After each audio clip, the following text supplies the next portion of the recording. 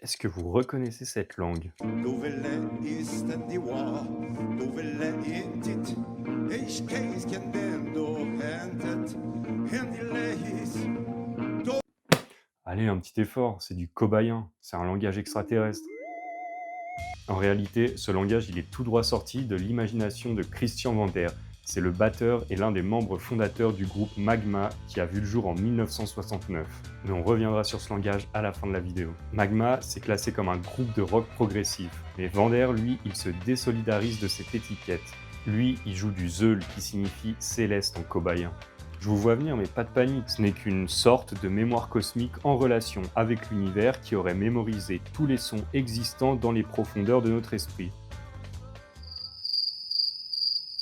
Bon, si on reste un petit peu plus terre à terre, on peut juste dire que c'est un mélange entre du jazz, du rock et de la musique classique, avec des influences qui vont de John Coltrane à Igor Stravinsky. On parle de rock progressif, mais Magma, c'est quand même difficile à faire entrer dans une case. Le premier album du groupe, il sort en 1970 et il porte le nom de Kobaya. Dans la mythologie magmaïenne, c'est une planète où s'est exilé un petit groupe d'humains afin d'échapper à la bêtise humaine et de créer une nouvelle civilisation basée sur la sagesse. Le groupe a donc développé tout un univers que les albums aideront à bâtir et à raconter. En 1973, le groupe acquiert une renommée internationale avec son album Mécanique Destructive Commando.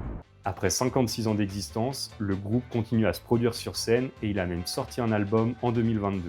Donc, comme promis, on revient sur le cobayen. Christian Vander, il dit que ce langage, il lui vient en même temps qu'il compose en fonction des sons et des mélodies qu'il produit. C'est donc seulement après qu'il trouve le sens des mots. D'ailleurs, Christian Vander, il l'a dit lui-même, le cobayen n'est pas encore complet. Magma, c'est un concept à lui tout seul qui ne laisse pas de place à la nuance. On adore ou on déteste son esthétique, sa mythologie, sa musique et bien sûr son langage. Alors coup de génie ou supercherie cosmique, j'attends vos avis en commentaire.